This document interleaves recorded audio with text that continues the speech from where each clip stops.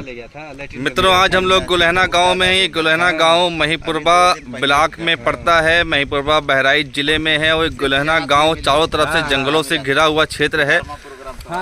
आइए हम सब यहाँ पे कुछ ग्रामीण लोग हैं, इनसे बात करते हैं।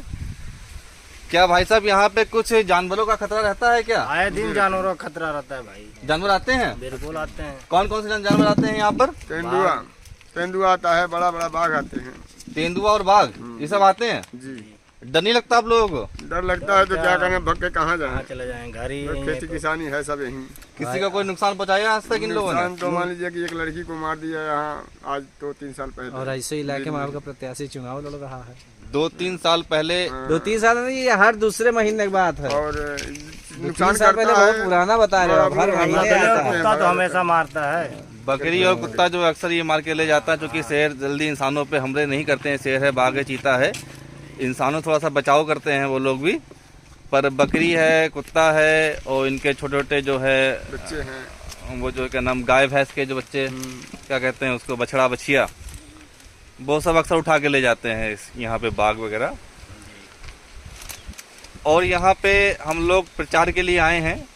56 लोकसभा क्षेत्र, बहराइच, रिंकू साहनी, राष्ट्र धारक दल पार्टी है हमारी। राष्ट्र धारक दल और प्रत्याशी हैं श्रीमती रिंकू साहनी। तो ये उनके पति हैं रोशन लाल नाविक जी। तो नाविक जी, आप यहाँ जंगलों में प्रचार कर रहे हैं? ये हमारा जो है लोकसभा आधा पूरा जंगलों में ही है, तो प्रचार करना पड़ता है। रात में 8-8 बजे, 9-9 बजे, 6 बजे बाद है सड़कों पर जानवर दिखाई देते हैं। इस एरिया में हम लोग प्रचार करते हैं। पिछले बार तो प्रचार करते समय गाड़ी का पहिए दब गया था और बगले से शेर गुजर गया था। यहाँ पर लोग हाथी पे बैठ के भी लोग निकलते हैं कुछ। यहाँ नहीं, हाथी वगैरह नहीं है। कितनी दूरी है? नेपाल से आते हैं हाथी। यहाँ से लमसम 30 किलोमीटर। साल में 30 किलोमीटर आगे यहाँ पे लोग हाथी पे सवारी करते हैं। बिछिया रेंज और कतनिया घाट रेंज में साल में एक बार हाथी आती है यहाँ। नदी का क्या प्रकोप रहता है यहाँ पर? नदी का प्रकोप नहीं रहता है, सही रहता है। हल्का फुल्का आता है पानी। हल्का फुल्का पानी आया करता है, पर काफी तराई क्षेत्र है इधर। ज्यादातर गांव तो डूब जाते होंगे। यहाँ इधर नहीं डूबता, थोड़ा दूर पर हो जाता है। जी जी जी। अच्छा, जो यहाँ पे जंगल है, जंगलों में अधिकांश पेड़ किस चीज के हैं? सागौन।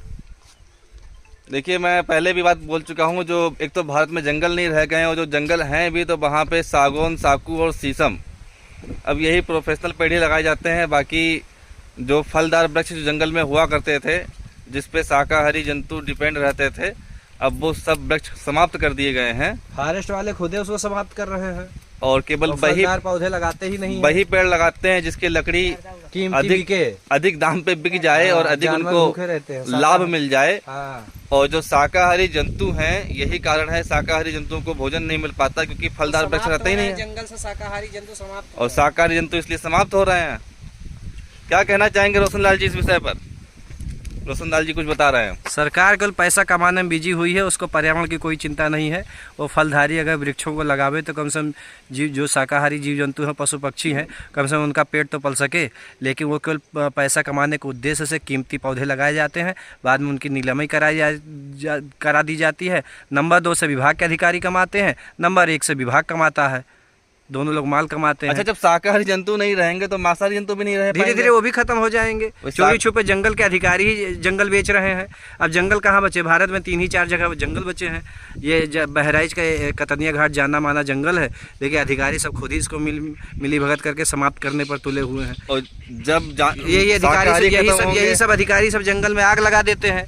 जंगल जब जल जाता है तो जानवर सब जब बाहर भागते हैं, तो वही सब जो है पोर्चरों से उसका शिकार करा देते हैं, उसी का हड्डी खाल मांस बेचवा देते हैं। सब मिली भगत है सब।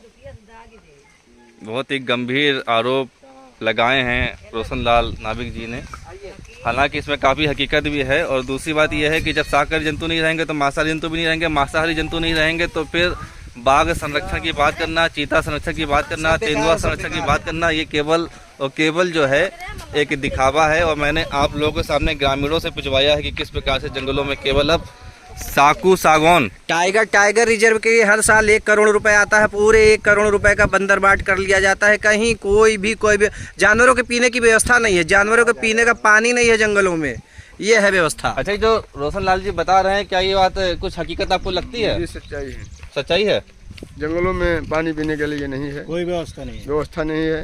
भाग करके बाहर आते हैं लोग, तो बाहर आते हैं पानी पीते हैं। और जानवर बाहर आते हैं। हाँ, गाँव में आते हैं, गाँव में आकर पानी पीते हैं।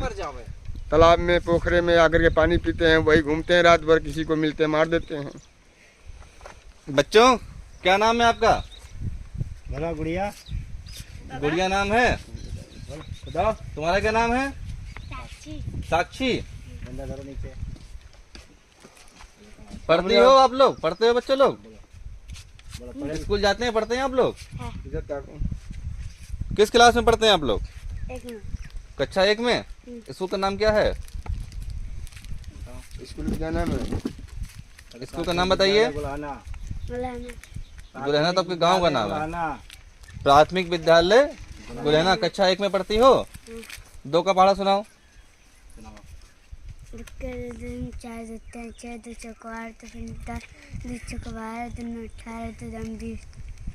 तुम्हारा नाम साक्षी है? साक्षी की स्पेलिंग सुनाओ इंग्लिश में। नहीं, कक्षा 1 के बच्चा नाम लिख लेता है भाई। लिख लेता है हमारे लोगों। बताओ बताओ बेटा। सरकारी स्कूल में कहीं कोई पढ़ाई होती है, साक्षी नाम की स्पेलिंग सुनाओ। आती है कि नहीं आती है बताओ। अच्छा, आती है? नहीं आती है? जोर से नहीं बोल आती। देता। क्यों, स्कूल में टीचर आते हैं नहीं आते आपके यहाँ? स्कूल में मास्टर आते हैं। आते हैं। क्या पढ़ाते हैं? सही से नहीं पढ़ाते हैं आप लोगों को? अब बच्चा तो कह रहा पढ़ाते हैं, फिर भी इंग्लिश नहीं आता है। पर जो असलियत है वो आपके सामने है कि किस तरह की पढ़ाई बच्चों को हो रही है। कि कक्षा 1 के बच्चे को अपने नाम की स्पेलिंग नहीं आती है।